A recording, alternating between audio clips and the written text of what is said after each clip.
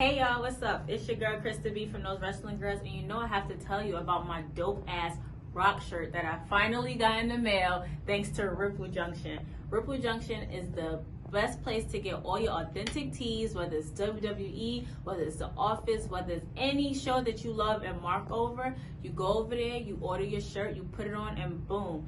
Also, you have to use the code Those Wrestling Girls to get 15% off your purchase. So what you're going to do is you're going to go to ripplejunction.com, order your shirt, type in the code Those Wrestling Girls, and you're also going to tell them that we sent you. And on that note, it's your girl Krista B, and I am out.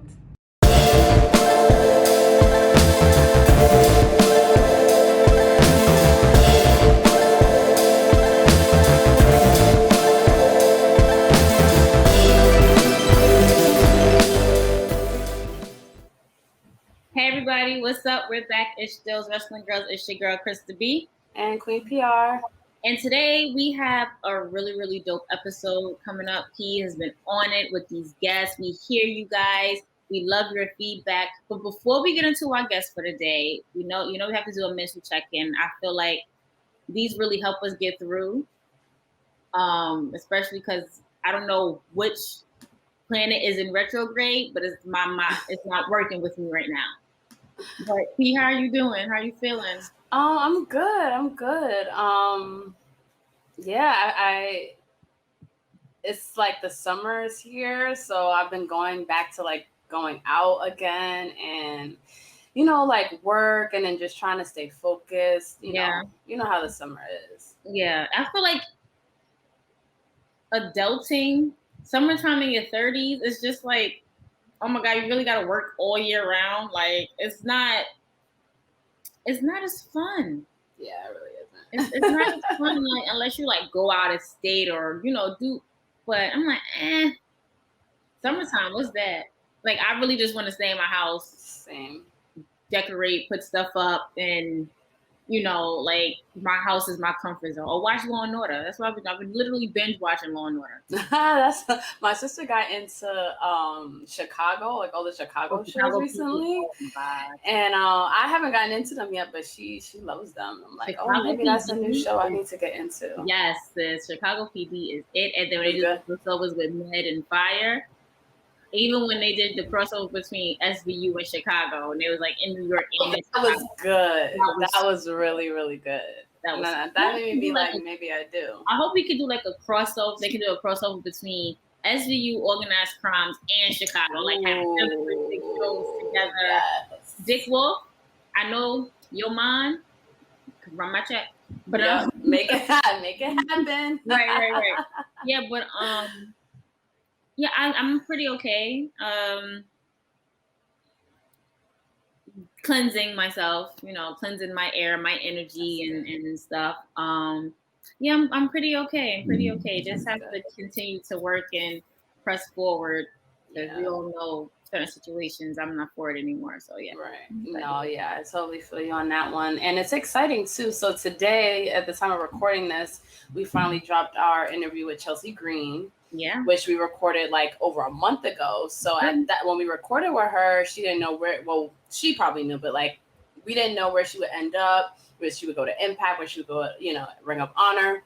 So last night during Best in the World, Ring of Honor pay-per-view, Chelsea Green made her debut. So she's going to be in the Women's Championship tournament that is being produced by Maria Kanellis, who we also were able to have on the show. So that was really exciting. Like the timing of that, like I couldn't, like I plan a lot, but I could not have planned it that perfectly. Right. So I'm really excited for her. Shout out to Chelsea Green. So we do have one of her best friends, actually, Deonna Purazzo, on the show. So we're waiting for her to sign on. We were able to get her a short window of time. She's really busy. She's the current Knockouts champion.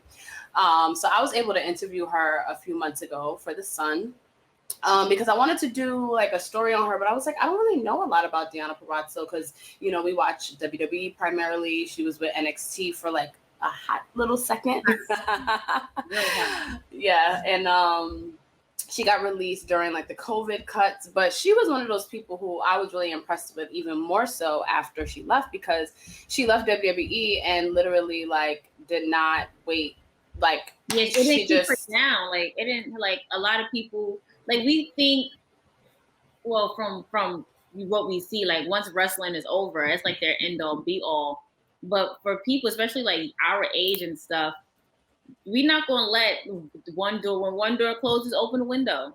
And that's exactly what Deonna did. She opened that window, and now she's champion. And it's just amazing to see her growth. And I'm just glad that she did not let her being cut from NXT or during the COVID stuff like stop her. And not at all unmatched, definitely. It's funny because I first was able to see her in the ring. She had like a random match with Asuka, and I was like so impressed because I'm like, anyone that can like keep up with Asuka, in my opinion, is like a star in the making. And then as soon as I was invested, it was like, okay, she's not with the company anymore. But then she went to Impact, and she has been killing it ever since. So I'm really excited to introduce Deonna Purazzo to those wrestling girls. Hi, Deonna. How are you guys? Good. How are you? Thank you for being a part of the show. Yeah, no, I'm so happy we could finally set it up. Yes, we know you're like super busy. So I was able to interview you a few months ago, and we kind of got a little bit of your background, but I know you might be a little new to our audience who primarily watches WWE. So can you give us like a quick background on who Deonna is and kind of briefly how you got to this point as Knockouts champion? Yeah, so I started wrestling in 2012. Fresh out of high school, went to wrestling school. I was a wrestling fan my entire life. All I've ever wanted to do was be a wrestler. So the first minute that I could sign up for school, I did. And then I got a ton of opportunities to work with Impact. My 8th ever professional wrestling match was on Knockouts Knockdown 2014 against Brooke Tessmacher. And then I got opportunities to do a ton of extra work with WWE, with Raw, SmackDown, NXT. I wrestled primarily in Ring of Honor before I went to WWE, but I've been to Japan. I'm wrestling in Mexico now. And I unfortunately was let go by WWE the start of the pandemic last year, but I've been able to thrive and be successful. And now I'm a 2-time Knockouts champion at Impact Wrestling. Yeah, I love it. So how long have you been champion now? I know it's been a while. Yeah, oh gosh. So I won the championship for the first time last year at Slammiversary. And then I lost in November to Su Yung. And then there was like a 2-week or 3-week period that I was not champion, but I was able to win it back in a no disqualification match against Sue to start my second reign. And I've been champion since. Nice. I love it. What are your favorite matches to wrestle? Like street fights, no DQs, all falls count anywhere. Like, what are your favorites? Oh, I think I've only ever done one submission match against Madison Eagles at Shimmer, but I think it's like top 5 favorite matches of my career. Just the type of wrestler I am, I think to have the stipulation where you can't pinfall, it's only submissions, really is my style. So that was really unique and really fun, and I'd love to be in the ring with someone I could do that with at Impact. Okay. I love that. So when we had the chance to interview one of your really good friends, Chelsea, on the show, and she really was able to kind of talk about some of the different things that she's learned and so you've bounced everywhere. Like, what are some things that you've learned in like certain promotions that you've kind of brought with you every step of the way? Yeah, I think starting at Ring of Honor, it really gave me that like confidence of like, I know what I'm doing wrestling wise. I can wrestle anyone, and to be in the ring is my safe place and my happy place, and I can control everything. But then, coming to Impact and doing just a few appearances here and there really taught me like, you need to have a character, or there needs to be depth. And that was one thing Gail and I had talked about years and years ago that I was lacking. It was like, you're a great wrestler and you're confident now, but there needs to be more to it. So Ring of Honor really taught me like, I can be confident and be a wrestler and add a few little character things. And then Impact was really big on characters. And then ultimately going to WWE and NXT, although it didn't work out. And, I've talked a ton about how it didn't work out. There was some really great points about character work and that character development that I got to do. And, the gear that I was able to create, and entrance jackets and ring music and things like that really help, because I'm not an outlandish character, but it's a personality, and these are character traits that help me portray who the Virtuosa is in ways that maybe as a wrestler I can't get out there just wrestling, if that makes sense. Right. Oh yeah, totally. And I have to say, I love your jackets, your presentation, and all of that is so fun to watch. And I think with in Impact specifically, like I can totally see you being champion all the time. I can totally see you retaining because there's like this presence that you have that I've even seen like the growth just from like watching old stuff from you and watching now. So I really see that in you. Oh, thank you. Like that is the biggest compliment I can get because there had to be a growth, and especially leaving NXT and it, not working out and me being upset by some of the stuff that set me back. It was like coming into Impact, I had a chip on my shoulder and I had a point to prove, and creating the Virtuosa and being able to see her through over the last year and a half has really been the most exciting thing for me. And the fact that people get it and can see that progression and understand it is exactly what I needed. Just for me as a wrestler and a human being to be like, okay, I'm not crazy. This works. So thank you very much. Okay. So, of course we all here for women's wrestling. This is how we started the podcast. I just wanted to know, what are your thoughts like on the present presentation of women's wrestling? Like at one moment we're up and it's the best thing ever. The next minute we're kind of down and people are upset. So how do you feel about where women's wrestling is going right now? I would agree that it's kind of like a little roller coaster ride right now. I feel like, in Impact, I feel like we have this legacy, right? Being a knockout comes with like really heavy territory and history. And I feel like they've done a really good job. And of course, there's still ebbs and flows with us of presenting every single woman at some point during the show. So if you're not necessarily wrestling, maybe you have an in-ring segment with a promo, or you have a backstage, or you're featured in someone else's backstage and things like that, where I really feel like, at least for the last year and a half that I've been there, they do justice to every single woman and what they bring to the table. There's no one kind of waiting in the wings for it to be their time. They found a formula that everyone can have a little bit of spotlight at some point. But then, for everywhere else, I feel like WWE is a constant growth. There's constantly people waiting to be brought up, and when's the right time to bring people up, and how do you bring people up? And it kind of creates that a little bit more because you have, really big characters, and then, we just saw someone get hurt. So who's going to fill that spot? And then there's a kind of a hesitation, like, ooh, will they fill that spot? We don't know. Let's try it out. Where it creates kind of like a lull.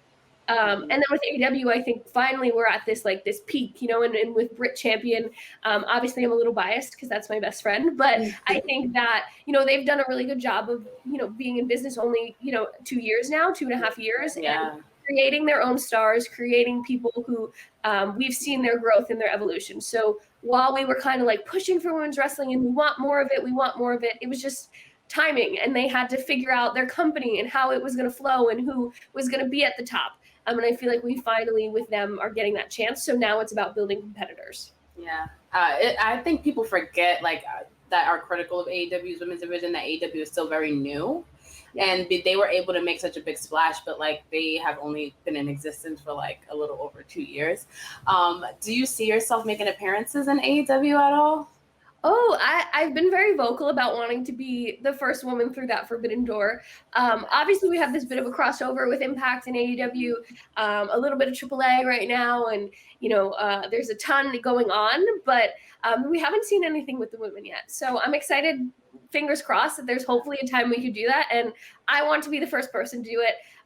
There would be no better opponent than Britt, but they have some incredible women on the AEW women's roster that I'd love to work with as well. They really, really do. And I know you have a mystery opponent for Slammiversary. Yeah. And everyone is patiently waiting. I have who I hope it is. But I can't wait to see who it is. And you just posted something on your stories. You don't care what generation, who it is, you're ready. Yeah, I've been asking people on Twitter, give me hints. Who do you think it is? all week since we found out it was going to be a mystery opponent. And it's exciting because there's, again, that history with the knockouts division. It could be Mickie James. It could be Gail herself. It could be Taylor Wilde, Awesome Kong. And all of those women would be crazy opponents, former knockouts champions to contend for my knockouts championship. But then there's so many women with AEW that it could be. There's so many women with NWA or Ring of Honor or just independent women that I'd love to see get an opportunity. But I know that, at the end of the day, I'm still going to be the knockouts champion. Oh, yeah. Right. Yeah. So how do you train? Like, being that you don't know your opponent, right? And you know how people watch tape and study moves and skill sets. So being that you don't know who your opponent is for Slammiversary, how do you go about training? Like, do you have to switch it up? Do you still do the same things, just a little bit more extreme? Like, what would be a training process behind this? Yeah, my boyfriend and I actually went to the ring today, and it's kind of like, okay, what are just new ways I can get the Fujiwara armbar? What are new ways to get the pile driver? My finishing moves, but I can't train to like counter someone's moveset, but I can train to control my own and to add new things that no one's seen before to my own. So that's a little bit of what we worked on today, was just new ways to get into the Fuji, new ways to get into a cross arm breaker, new ways to maybe get set up for the pile driver. So I'm just trying to control what I can control, and that's myself. Okay. So we have some questions that our viewers sent in, but I noticed, like, so you and Chelsea and Britt are like really good friends, and you guys are both, your significant others are also wrestlers. Yeah. Do you think that you can even date someone that's not in wrestling at this point? You know what I mean? Like, because you can just relate. You can get in the ring with him. You can train. Yeah, no, I don't think that since I've started wrestling, like I've only ever kind of dated wrestlers, and that, it's cliche for women, but I mean, it's only been, 3 people at this point, but like, I don't think a normal person would understand what we're doing. And I also don't think a normal person would be like, hey, I'm just going to go get changed in a locker room full of guys. Cool. Okay, cool. And then be okay with that. Right. It's a lifestyle. And if you don't understand what we do, it's very, very hard to get someone to understand that or to be okay with the lifestyle we live. So I think in any industry, right, who you're around is who you hang out with, who you fall in love with. It's just kind of inevitable, I guess, for us who travel together, train together, and then to have that in a relationship makes it that much better. True. And you and Steve are so cute. Okay. on your social media. You literally post your pictures in our story like all the time. Oh yeah. We're like huge. So I do have one more question before we get to the viewer's question, and that's, what advice would you give any woman that is wanting to work in wrestling, whether it's as a wrestler or backstage or something? Like, what's some advice that you wish you even knew before you got into the business? Gosh, I think it would be to find that core group of friends, and to find people who you can trust, who understand you, who relate to you in real life, and who would keep you grounded and will be honest. I think that, it's me and Chelsea and Britt, but then there's Karen Q, and I have Madison Rain, I have Taya Valkyrie, Frankie Monet, I have Mackenzie Mitchell, who, we have holidays together this past year. We've spent birthdays together. They've become my second family, especially in the last year. But with Chelsea, Britt, and Karen, those are the people I grew up in wrestling with. And they are the people that will always look out for me and be honest with me. So my advice to any woman or young girl who's looking to get into wrestling is to find those people that are going to keep you grounded, keep you humble, and keep you working hard, but also not just in wrestling, in your real life. I love that. Okay, so we have some questions. So one is from @Slate_S42 on Twitter, and they want to know, who are some of your favorite opponents in the ring? Ooh, okay, we'll try to keep it different than Chelsea and Britt and Karen. Jordan Grace is by far probably one of my favorite opponents. She is tough as nails, beats the crap out of you. But at the end of the day, like, I know that I get to put my best foot forward when I step in the ring with her, and I hope she would feel the same. Our match at Slammiversary last year is probably number 1 on my favorite of my entire career. And I feel like it was like a career defining moment for me. So Jordan Grace, definitely. Rosemary is another one from Impact who is just super fun to be in the ring with. She's like a genius when it comes to wrestling.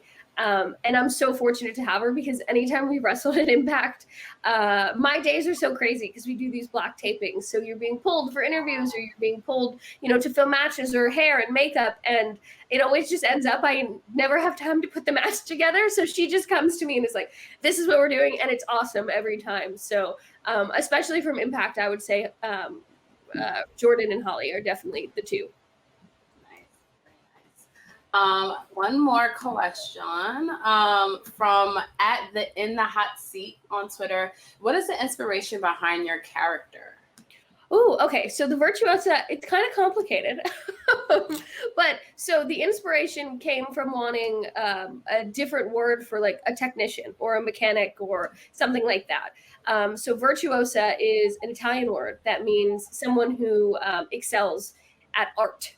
And for me, I choose my art to be wrestling.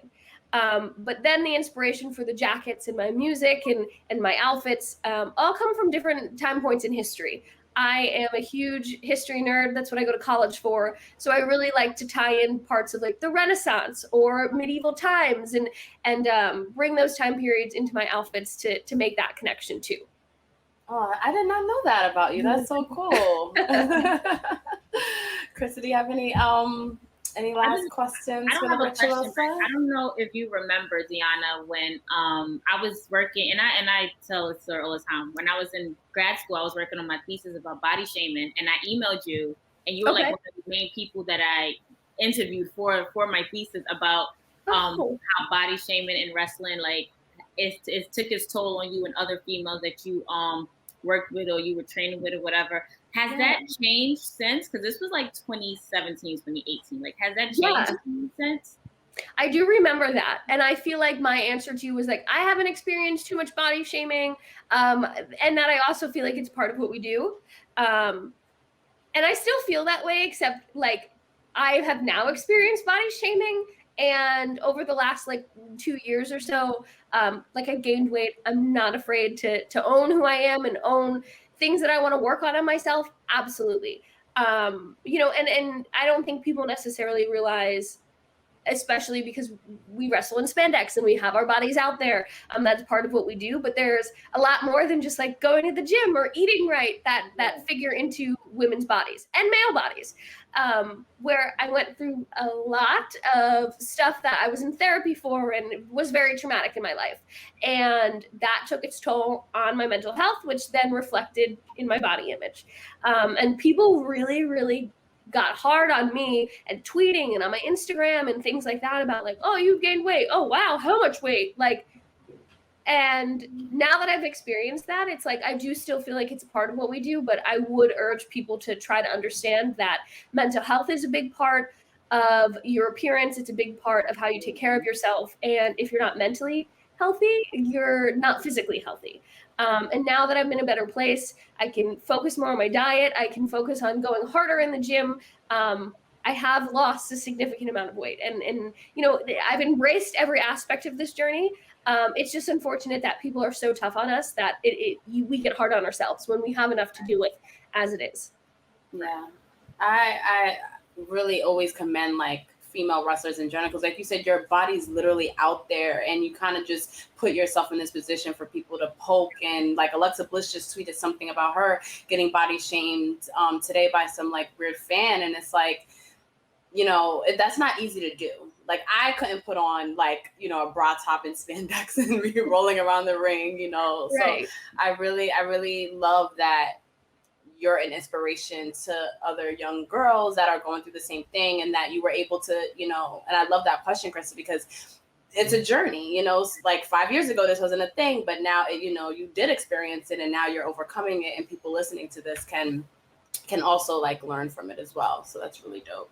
Yeah, it's been a journey, and I think there's a lot for every individual in the world, but especially people who are putting their lives out there in the public eye, like wrestlers do. there's a lot behind the scenes that people don't see and people don't know about. And, it's cliche, but be kind, because you don't know what other people are battling. And we all are battling something. And if mine happens to be my body, it's unfortunate that it's out there and you get to see it through every phase.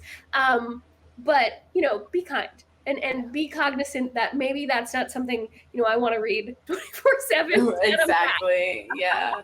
Well, I gotta say, I love your bikini pics. Like I was able to work with the photographer that you work with a lot, that you connected me with. And like, he has such a way of capturing like the true beauty of you ladies. Like, even though you guys are in bikinis, you can still kind of see like the real you. So I love that you ladies put yourself out there like that. And, so this is great, and you're killing it out there. And you inspired Krista B and I, because we were having a hard time, when the pandemic started. Yeah. Of just the anxiety and just family trauma and all this kind of stuff. And then watching you like leave the end all be all and literally like thrive and haven't stopped thriving since has inspired us to be like, what, we can keep going. Like, it's not going to be the easiest thing, but we're going to keep going. And here we are. Hell yeah. That's what it's all about. Like, you're never going to be where you want to be, or you have all of the tools to get you there. But like, if you just can keep going, those trials make the triumph is right. What I've said all day today is never give up, because what you've been through is going to make where you get so much better. I'm happy that I didn't give up and let leaving WWE be the end of my career, because there was so much more waiting for me that I had no idea. Yeah. And because I went through all the crap, any bit of success has been so much sweeter. So I'm so happy that you guys kept going and we're here talking today, because that's what it's all about. Definitely. Appreciate you. We want to say thank you again. We know you're pressed for time. We know you have such a busy schedule. We just want to say thank you again for being on our show, being on this platform, and sharing your stories with us and with our followers and fans. Just let everybody know really quickly where they can find you on social media. Yeah, everyone can find me on Twitter and on Instagram at Deonna Purazzo. Okay. Oh, that's like nice and easy. Everyone usually has like this for Instagram, this for Twitter. We're gonna keep it easy. The blue check mark is me. Everyone else is a fake. Don't send them money. Right, that part. I love that. And where can people watch Slammiversary? Slammiversary is available on fight.tv. The day of, you could purchase it. I think you could purchase it now. I think you've been able to pre-order, but it's Saturday, July 17th on fight.tv. And then everyone can see who my mystery opponent is and see me retain my Knockouts championship. Well, we're rooting for you. Oh, thank you. I'm excited to see who your opponent is. Like, I don't want to say it because I don't want to jinx it, but I really do hope you retain, as you always do.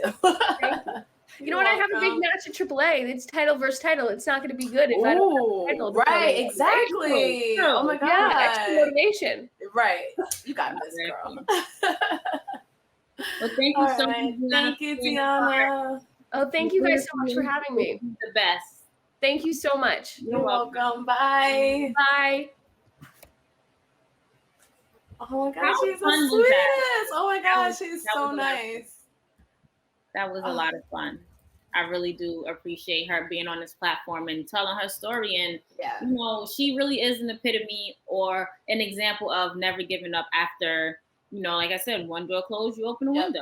Jump through that bitch. That's it. Yeah. Yes, I love that. And I love that, one, that you were able to talk to her for your thesis, but the fact that like her journey has changed since then, like she's like, oh wait, I didn't experience this, but I have, and I went through it, and that's like, we all go through that, which I like really appreciate. And then the thing with Deonna too, she was like one of the first like wrestlers that like gave me a chance when I was like gonna write for The Sun. She was one of the first that like was super responsive on Instagram. It was like, yeah, whatever you want. She connected me with Chelsea and like their photographer who shoots a lot of other wrestlers. So it's just been like this gradual just the connections of just like women and it had nothing to do with WWE. It was like all outside of that. So that was like, I just honestly feel like wrestlers, especially female wrestlers, they're the most nicest and humblest ever, because we stand behind them, we go hard for them, and they just want to go out and go as hard for us as we do for them. So those connections you definitely got to keep. Speaking of connections, the time we were recording this, I already would have been out celebrating one of my best friend's birthdays, and I just happened to run into Miss Imani B. Imani Bashir. Imani Bashir. Oh, nice. Me to Bianca. And what? Literally, we were at a day party, and I ran into her, and me and her took pictures and was speaking and stuff. She actually just launched her travel line, which is now on display in H&M, available for purchase. Like, she's really out there. Please support her. And we took a picture together, and I just happened to send it to Bianca, like, congratulations on your. I love that. And she, oh my God, thank you. You know, like, it's all about supporting each other. Yep. Whether Imani might not have been a wrestling fan or whatever, but the fact that she was able to write that story, in essence, to give me a story to write for High 97, to connect me with those beautiful women, is all about the connections. Like, we definitely got to be here supporting each other regardless. Yeah. And I love that too. I need to pivot. Go ahead, girl. What's up? I was gonna wait for this. I was gonna do a sound off on this, but being that we're here and then the time of this recording, it'll probably be done past. But I have to say, y'all need to leave Naomi alone. Yeah. Like, Sir Wilkins posted a quick snippet of him giving his thoughts on how you guys are really bullying Naomi, and y'all need to leave her alone. It is not her fault. We don't know what goes on behind closed doors between her and her husband, and that shit what it should stay between her and her husband. Stop blaming her and stop blaming everybody else, and let him take accountability for what he is doing. And I love Krista B sounds up. I love this mashup episode. Right. I love it. You're gonna clip this, and so they can hear it twice. But leave her alone. Like, we don't know what she's going through. We don't know what her struggles are. We don't know. Like, for y'all to drive her off of Twitter, It's bad enough that she's a Black woman trying to make it in this male-dominated world of wrestling and entertain us. But then y'all bully her off of social media, the place where she's supposed to connect with us as her fans and Twitter friends and followers. And y'all just want to sit here and post blame on someone who probably has no say-so. Everybody, at the end of the day, everybody's their own individual person. Yep. It goes to like that other bigger issue of women always getting blamed for like what men do. Right. Like, Jimmy, that's the one, right? Jimmy. He clearly may or may not have an issue. Like, this is the second time he's got arrested for a DUI in 2 years. Like, that's not normal. And that literally has nothing to do with his wife. That is all his issues. Now, he was able to still show up on SmackDown, which I was happy to see, because you never know how those things, suspension, whatever. I was happy to see him. But that doesn't give y'all the opening to trash Naomi. Like, she's not even, like, she literally has nothing to do with this. And like you said, this is where she connects with her fans that love her. She trended because we all were, like, showing love to her. That doesn't give you a window to trash her. Like, come on. Right. It doesn't make sense. And, like, when I was talking to you about it, on the side, and my thing was, what if his trigger to do this is wrestling? When he was not wrestling, when he was injured and training and stuff, we didn't hear about him catching DUIs. And, what if his trigger is wrestling? Right. What if it is the pressure to become perfect? Especially now you have this Bloodline storyline, which is doing amazing. He's joined force with Jay and Roman, all of that. And now it's like, what if you can't handle it? What if you can't take the pressure? Stop. Like, everybody has to be accountable for their actions. Right. Everybody has to be responsible for their actions, and they also have to understand, like, whatever you do will not only affect you, but it will always and also affect those around you. Yep. And like, I just thought about something. Sorry to interrupt you. If Naomi got a DUI, God forbid, would y'all blame? Y'all wouldn't be fucking trashing Jimmy Uso. Like, that's that sexist shit. And let's not forget the color of Naomi's skin. That's why she's getting attacked. And that's what sucks, and One other thing people were bringing up, and I would love to hear your thoughts on that, is a lot of her coworkers don't speak up for her when she's getting trashed online, or like she's not getting the opportunities, and like her fans are vocal. A lot of people were like, I wonder why like her friends never, her coworkers or whatever other WWE stars don't speak up on her behalf. And this is why, like, I do see how other people are so boisterous and vocal on social media, but maybe Naomi is just like, we're not even gonna sit here and give the energy to that on them. We're not even gonna sit here like, I thank you. Like, maybe they had conversations aside, like, because it's not on social media does not mean that they're not sticking up for her. Does not mean they're not going to comfort her. Does not mean that they are letting her fall and not being that support. We don't know that. Everybody wants to be here for the mix up on, oh, well, they're going crazy on Twitter. Let's jump in. Like, everything is not for social media purposes. Right. Naomi didn't say anything about the DUI on social media. Like, and me speaking with her, I know she's a very private person. Mm-hmm. And it's okay to be private. It's okay to not have, although you're in the limelight and in the spotlight, it is okay for you to keep things to yourself. That's how things work. You keep it to yourself. We don't know what's happening behind closed doors. We don't need to know. All we need to do is just pray, hope that they are doing better and they move forward together. They prosper together. That is it. We do not need to know why this person didn't come about, why this person didn't come about. Right. You understand? It's also none of our business. Right. If you was to come to me and be like, yo, do you want me to say something publicly on their behalf? Da, da, da, da. If I say no, respect the fact that I said no and let them talk. And I feel like that's what they're doing for her. I feel like her friends are her friends. They're going to respect the fact that they know that she does not address stuff on social media. And if it comes down to that drastic point, then maybe she'll address it. For right now, she doesn't need to. There's nobody's business.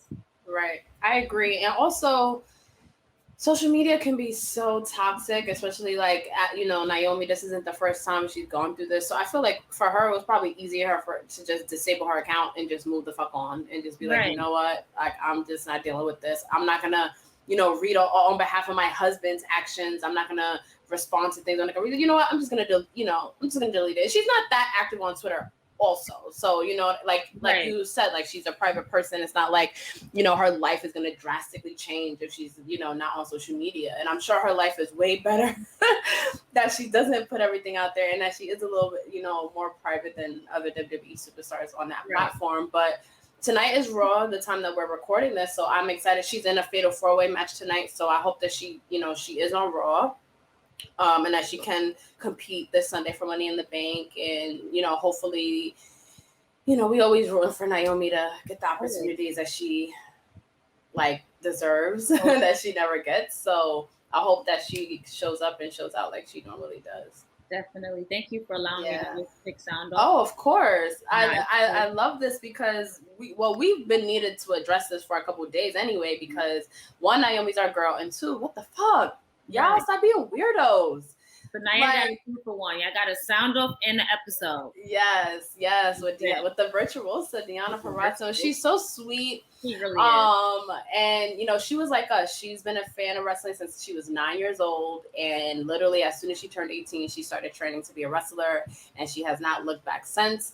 And she's bounced around so many different promotions, and it's something like really endearing watching people do what they were meant to do. And like, I feel like Deonna is one of those people that she was put on this earth to do this. She's doing it. She's thriving, and she proved that again, WWE is not the end all be all. And she would have never gotten the ring. She's already been champion twice since leaving WWE in a year and a half. That would have never happened in WWE. I mean, I never say never, but she wasn't. Never came when she needed it to come. Right, exactly. She's been putting on the matches of her career in Impact, and she's still very young. I think she's only like 27 now, or 26, 27. And like, so she still has so much career ahead of her. She was able to watch her best friend debut in Ring of Honor. So there's like, it's a very exciting time for women outside of WWE. And I'm excited for that. I'm glad we got to talk to her today. Same. Yeah, really cool. I hope we get more, more wrestlers now, like as we, keep on. Like, I hope, guys, who do you want to see on the show? Let's at them. Let's put that pressure. Let's put that pressure on them. Hey, let's put pressure on them. Yeah. Well, guys, we hope you enjoyed this episode. You know, we love the comments, the feedback, and everything. You know where to follow us. You know where to, and we might have a surprise for you. Yes. You just pop up to do something real quick, whether it's on the IG live or whatever the case may be. Make sure that you guys tune in. We'll definitely be putting stuff on Twitter and social media and all that stuff. Make sure y'all tune in because y'all don't want to miss that. But on that note, it's your girl Krista B and Queen PR. We are out.